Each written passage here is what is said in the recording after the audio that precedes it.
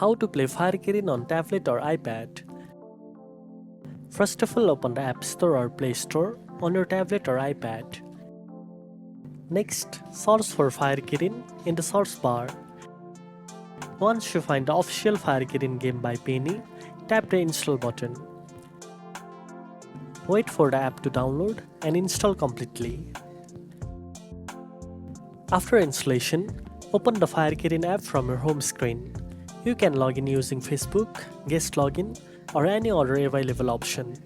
The game interface will adjust to fit your tablet or iPad screen, giving you a better gaming experience with larger controls and clearer visuals. Make sure your internet connection is stable for smooth gameplay.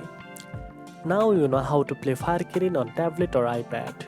If you found this video helpful, don't forget to like, share and subscribe for more gaming tips.